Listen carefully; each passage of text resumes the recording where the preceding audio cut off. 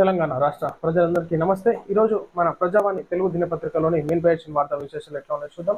So ముందుగా ప్రతి ఒక్క వ్యూవర్స్కి రిక్వెస్ట్ చేస్తాను, మీ యొక్క వీడియోని మీ యొక్క సోషల్ మీడియాలలో ప్రమోట్ చేసి షేర్ చేసి లైక్ చేయవలసిందిగా కోరుతాం. సో ఇక వార్తా విశేషాల్లోకి వెళ్దాం. తెలంగాణ కేబినెట్ కీలక నిర్ణయాలు. ఎస్సీ వర్గీకరణ, బీసీ కులగణన, ముసాయిదా బిల్లులకు కేబినెట్ ఆమోదం. డీలిమిటేషన్ అంశంపై అఖిలపక్ష సమావేశం. 10,950 విలేజ్ లెవెల్ ఆఫీసర్ల పోస్టుల భర్తీకి ఓకే. ఎఫ్సిడిఏ యాదగిరిగుట్ట బోర్డులకు ఆమోదం. మహిళా సంఘాల సభ్యత్వానికి వయోపరిమితి పెంపు. బీసీలకు 42% రిజర్వేషన్లు. 6 గంటల పాటు సుదీర్ఘంగా మంత్రివర్గ సమావేశం. కేబినెట్ నిర్ణయాలను వెల్లడించిన మంత్రులు. వాస్తవానికి బీసీలు 42% లేరు. ఈనాడు ఓసీలు 10% లోపే ఉన్నారు, కానీ 10% రిజర్వేషన్ ఉంటుంది. అంటే ఓసీలకేమో ఒక లెక్క, బీసీలకేమో ఒక లెక్క అన్నట్టుగా వర్తిస్తుంది. ఇక్కడ ప్రజలారా మనం ఒకసారి చూసుకోవచ్చు. ఇప్పుడు మేమెంతో మాకంత అన్నట్టు మీరు తీసుకున్నప్పుడు, మరి మేమెంతో మాకంత అన్నప్పుడు మాకు కూడా మా రిజర్వేషన్లు, మా ఈడబ్ల్యూఎఫ్ కోటా కింద ఉద్యోగాలు ఎత్తుకోబోతున్నారు. తెలంగాణ రాష్ట్రంలో ఉన్నటువంటి బీసీల ఓట్లను ఎత్తుకొని మీరు గద్దెలో కూర్చొని ఈనాడు తెలంగాణ రాష్ట్రంలో రాజకీయంగా అణిచివేతకు గురి చేస్తున్నారు. ఈనాడు రాష్ట్ర ప్రభుత్వానికి బుద్ధి చెప్పేటటువంటి సమయం ఆసన్నమైనది. ప్రజలారా, బీసీ ప్రజలారా చైతన్యవంతం కావాలి. రోజు చెప్తూనే ఉంటాను. ఎందుకంటే ఈనాడు ఓసీల రిజర్వేషన్ ఎంత ఉన్నది, వారి జనాభా సంఖ్య ఎంత ఉన్నది, ఈనాడు బీసీల సంఖ్య ఎంత ఉన్నది, రిజర్వేషన్లు ఎంత ఉన్నాయి, రాజకీయ పరంగా ఏ విధంగా అవకాశాలు వస్తూ ఉన్నాయి, ఈడబ్ల్యూఎస్ కోటాలో ఉద్యోగ అవకాశాలు ఏ విధంగా వచ్చినాయి, ఓసీ విద్యార్థులకు ఏ విధంగా వచ్చినాయి, ఒకసారి ప్రజలారా అర్థం చేసుకోవాలి.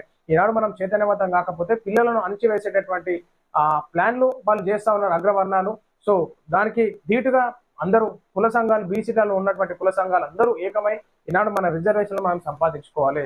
ఈ విధంగా చేస్తానని చెప్పేసి అనుకుంటే ఈనాడు కాంగ్రెస్ పార్టీని బీసీ ప్రజలు గెలిపించేవారు కాదు. సో ఖచ్చితంగా బుద్ధి చెప్పాలి కాంగ్రెస్ పార్టీకి. కేబినెట్ నిర్ణయాలను వెల్లడించిన మంత్రులు. ఎస్సీ వర్గీకరణ, బీసీ కులగణన, ముసాయిదా బిల్లులకు రాష్ట్ర మంత్రివర్గ ఆమోదం తెలిపింది. నియోజకవర్గాల పునర్విభజనపై డిప్యూటీ సీఎం బట్టి విక్రమార్క ఆధ్వర్యంలో అఖిలపక్ష సమావేశం నిర్ణయించి అందులో వచ్చే అభిప్రాయాలను కేంద్రానికి నివేదించాలని తీర్మానించింది. ముఖ్యమంత్రి రేవంత్ రెడ్డి అధ్యక్షతన గురువారం హైదరాబాద్ లోని సచివాలయంలో మధ్యాహ్నం 2 గంటలకు ప్రారంభమైన కేబినెట్ 6 గంటల పాటు సుదీర్ఘంగా కొనసాగింది. సుదీర్ఘంగా దేని గురించి? వాళ్ళ ఉన్నత వర్గాలకు చెందినటువంటి నాయకులకి, వాళ్ళ పిల్లలకి ఏ విధంగా న్యాయం జరుగుతుందో ఆలోచించాక ఈ చర్చలు అనమాట. సుదీర్ఘ కాలంగా మన గురించి కాదు ప్రజలారా, ఈనాడు మనం చూసుకోవచ్చు. సుదీర్ఘ చర్చలు వాళ్ళ ప్రయోజనాల దృష్ట్యా, వాళ్ళ అభివృద్ధి దృష్ట్యా, వాళ్ళ జేబులు నిండేది, వాళ్ళ ఆస్తులు పెరిగేటటువంటి నిర్ణయాలు తీసుకున్నాకనే ఈనాడు బీసీల గురించి, ఎస్సీల గురించి మాట్లాడుతున్నారు. వేస్ట్ డ్రామాలు అవన్నీ. సంరక్షకుడు భక్షకుడు కీలక వ్యక్తి అందించిన నకిలీ పాస్పోర్ట్ పుస్తకాలు. నకిలీ పాస్ పుస్తకాలు దందాలో విలేజ్ ఫారెస్ట్ కమిటీ వ్యక్తి. అటవీ భూమి పేరిట లక్షల్లో వసూలు, పోలీసుల విచారణ ముమ్మరం. పుస్తకాల ముద్రణ, డిజిటల్ సంతకాల ఫోర్జరీలపై కంచె చేను మేసిందన్న సామెతల. అడవిని రక్షించాల్సిన వ్యక్తి డబ్బుల కోసం అటవీ భూములకు నకిలీ పట్టాలు ఇచ్చినట్లు తెలుస్తుంది. సీఎం రాజశేఖర రెడ్డి హయాంలో ఏర్పాటు చేసిన విలేజ్ ఫారెస్ట్ కమిటీలు, వన సంరక్షణ సమితిలో ఈయన కీలకంగా పనిచేస్తున్నట్లు పోలీసులు అనుమానిస్తున్నారు కాదు, సరైన విచారణ చేయాలి. ఈనాడు అడవులను సంరక్షించుకోవాల్సినటువంటి బాధ్యత, భూములను కాపాడుకోవాల్సినటువంటి బాధ్యత ప్రతి ఒక్కరి మీద ఉంది. ఇటువంటి అధికారులపైన చర్యలు తీసుకొని సస్పెండ్ చేసి మళ్ళీ జీవితంలో ఏ ఉద్యోగం రాకుండా చేయాలి. ఎందుకంటే సామాన్యునికి ఒక న్యాయము, ఇతరులకు ఒక న్యాయం, అధికారులకు ఒక న్యాయం కాదు. అధికారులు కబ్జాలు చేసి ఇష్టం వచ్చినటువంటి పనిష్మెంట్లు ఇస్తేనేమో వాళ్ళకి ఏముండయి. అదే సామాన్యుడు కబ్జా చేస్తే మాత్రం కథం, కేసు ఫైల్ చేయాలి, కోర్టుకు పోవాలి, జైలు వేసేసేయాలి. సామాన్యుడు కో న్యాయం, వాళ్ళకో న్యాయం అనమాట.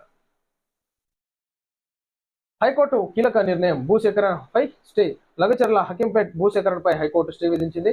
వికారాబాద్ జిల్లాలోని లగచర్ల హకీంపేటలో బహుళ ప్రయోజన పారిశ్రామిక వాడ ఏర్పాటు కోసం ప్రభుత్వం వెలువరించిన నోటిఫికేషన్లు అమలును తాత్కాలికంగా నిలిపివేయాలని హైకోర్టు మధ్యంతర ఉత్తర్వులు జారీ చేసింది. అత్యవసర భూసేకరణ నోటిఫికేషన్లలో అత్యవసరం ఏమిటో స్పష్టం చేయనందున స్టే ఆదేశాలను జారీ చేస్తున్నట్టు వివరించింది. అయితే అక్కడ ఫార్మా సిటీని డెవలప్మెంట్ చేస్తామన్నట్టుగా రేవంత్ రెడ్డి ప్రకటించడంతో మా భూములు మేము ఇవ్వము, సో ఇష్టానుసారంగా లాక్కొనడం కరెక్ట్ కాదన్నట్టు అక్కడ వచ్చినటువంటి అధికారుల పైన, కలెక్టర్ మీద దాడులు చేయడం జరిగింది. సో ఆ విషయం మీద మరి కోర్టుకు కూడా అది వెళ్ళడం జరిగింది. సో మేము ఇచ్చేటటువంటి ప్రసక్తే లేదు, మా భూములు పంటలు నాశనం అయితే మా పర్యావరణాన్ని మేము కాపాడుకోవాల్సిన బాధ్యత మా మీద ఉంది, మేము ఇచ్చేటటువంటి ప్రసక్తి ప్రాణాలైనా పోగొట్టుకుంటాం కానీ మేము మాత్రం మా భూములు ఇవ్వమన్నట్టుగా రైతులు చెప్పడం జరిగింది. సో అదే విధంగా ముందుకు వెళ్తుందో ఇక చూసుకోవాలి. టనల్లోకి కేరళ కుక్కలు 8 మంది దొరుకుతారా? కార్మికుల జాడ కోసం కొనసాగుతున్న సహాయక చర్యలు. టనల్లోకి సింగరేణి ఎన్డీఆర్ఎఫ్ బృందాలు. సొరంగంలో నుంచి దుర్గంధం. మట్టి పనులకు ఆటంకం. ప్రమాద ప్రదేశానికి రోబోలను పంపే యత్నం. సాంకేతిక నిపుణులు, ఎన్డీఆర్ఎఫ్ బృందాల కృషి అభినందనీయం. నాగర్ కర్నూలు కలెక్టర్ సంతోష్. ఏదైతే కార్మికుల జాడ కోసం కొనసాగుతున్న సహాయక జాడ అంటే ఆ స్కానర్లు పెట్టిరు, బాడీలు ఇక్కడనే ప్లేస్ ఉన్నాయని చెప్పినారు, మళ్ళీ జాడ కనిపిస్తలేదు అంటే వాళ్ళు దాంట్లోనే ఉంటారు కదా. టనల్కి వెళ్ళి ఇంకో సైడ్ అయితే తువ్వేం లేదు అటు కొట్టుకోవడానికి బాడీస్. ఇంత టెక్నాలజీని తీసుకొచ్చిన ఇంకా వాటిని బయటికి తీస్తాలంటే ఒకసారి అర్థం చేసుకోవాలి ఏ పాటు పంతనం ఉందో అక్కడ. ఎస్ఎల్బిసి సొరంగంలో కార్మికుల ఆచూకీ కోసం అక్కడ వాళ్ళ కుటుంబ సభ్యులు వచ్చి అందరూ ఎదురు చూస్తున్నారు. ఎప్పుడెప్పుడు మా వాళ్ళ ఇన్ఫర్మేషన్ వస్తుంది, మా వాళ్ళ బాడీస్ ఇస్తారా అని చెప్పేసి ఎదురు చూస్తా ఉన్నారు. చిన్న చిన్న పిల్లలు వేసుకొని కుటుంబ సభ్యులు. ఇంత టీము ఇంతమంది పనిచేస్తున్నా కానీ ఇంకా తీయలేకపోతున్నట్టు ఒకసారి అర్థం చేసుకోవాలి. ఎస్ఎల్బిసి సొరంగంలో కార్మికుల ఆచూకీ కోసం కేరళ నుంచి క్యాడవర్ డాగ్స్ ను రప్పిస్తున్నారు. ప్రమాదం జరిగి 13 రోజులైన కార్మికుల జాడ తెలియడం లేదు. రెస్క్యూ టీంలు ప్రాణాలు తెగించి పనిచేస్తున్నాయి. కార్మికుల కోసం చేయని ప్రయత్నాలు అంటూ లేవు. సిబ్బందికి రోజుకో సమస్య ఎదురవుతుంది అన్నట్టు ఇక్కడ రావడం జరుగుతుంది. సమస్యలు ఉన్నాయి కానీ అంత నీటైనటువంటి టెక్నాలజీని, రోబోలను కూడా తీసుకొస్తామన్నారు రేవంత్ రెడ్డి గారు. ఆ రోబోలు ఎటు పోయినాయి, ఈ టెక్నాలజీ ఏం పనిచేస్తుంది, ఆ బాడీస్ ఏమైనాయి, ఇంకా బాడీస్నే గుర్తుపట్టలే క్లారిటీ వస్తుంది. దొరికినాయి అంటారు, దొరకలేదు అంటారు, గుర్తుపట్టాలంటారు, ఇంకా దేవులాడుతున్నాం అంటారు. ఏం మాటలు, ఏం ముచ్చట్లు. తెలంగాణ రైజింగ్ కాదు ఫాలింగ్. జిఎస్టీ కలెక్షన్ దిగజారటానికి సీఎం అనాలోచిత చర్యలే కారణం. మాజీ మంత్రి హరీష్ రావు. వాస్తవానికి ఇక్కడ తెలంగాణ రైజింగ్ అని ఉంది. తెలంగాణ రైజింగ్ అని హరీష్ రావు గారు చెప్తున్నారు. తెలంగాణ రైజింగ్ ఏం లేదు. తెలంగాణ మొత్తం ఇప్పుడు డౌన్ ఫాల్ అయింది.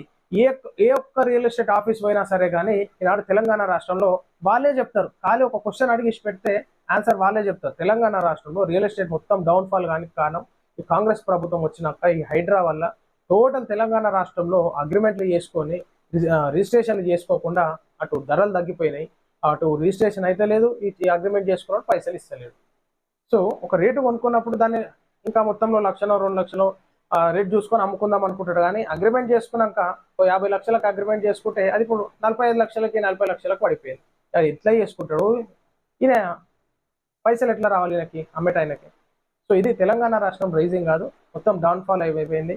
టోటల్గా ఈనాడు తెలంగాణ రాష్ట్ర ప్రజలందరూ అగమ్య గోచరంగా ఆలోచిస్తున్నారు ఏమైంది, అసలు ఏం జరుగుతుంది తెలంగాణ రాష్ట్రంలో. సీఎం రేవంత్ రెడ్డి చేస్తున్నది తెలంగాణ రైజింగ్ కాదని ఫాలింగ్ అని మాజీ మంత్రి హరీష్ రావు విమర్శించారు. ఈ మేరకు గురువారం ఒక ప్రకటన విడుదల చేశారు. ఈ ఏడాది కరోనా సమయాన్ని తలపిస్తూ జీఎస్టీ కలెక్షన్ 1% మాత్రమే నమోదు కావడం కాంగ్రెస్ ప్రభుత్వ వైఫల్యానికి మరో నిదర్శనమని తెలిపారు. వాస్తవం ఇది. ఈనాడు కాంగ్రెస్ ప్రభుత్వం రావడంతోనే మొత్తం డౌన్ఫాల్ అయింది. లైంగిక దాడి నిందితులపై ఎస్సీ ఎస్టీ అట్రాసిటీ కేసు నమోదు చేయాలి.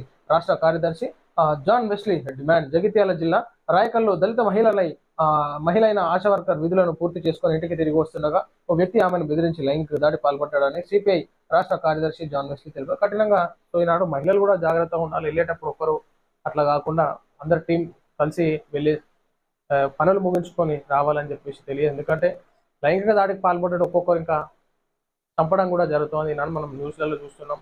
లైంగిక దాడికి పాల్పడి వారిని చంపడం జరుగుతుంది కాబట్టి సో ఖచ్చితంగా మహిళలందరూ జాగ్రత్తగా ఉండాలని చెప్పేసి కోరుతాం. సో ఎవరైతే ఉన్నారో తనను కఠినంగా శిక్షించాలని చెప్పేసి కోరుతాం. సో ఇది ప్రజలారా మనం చూస్తున్నాం ఈరోజు మన ప్రజావాణి దినపత్రికలోని మెయిన్ పేజ్ వార్తా విశేషాలు.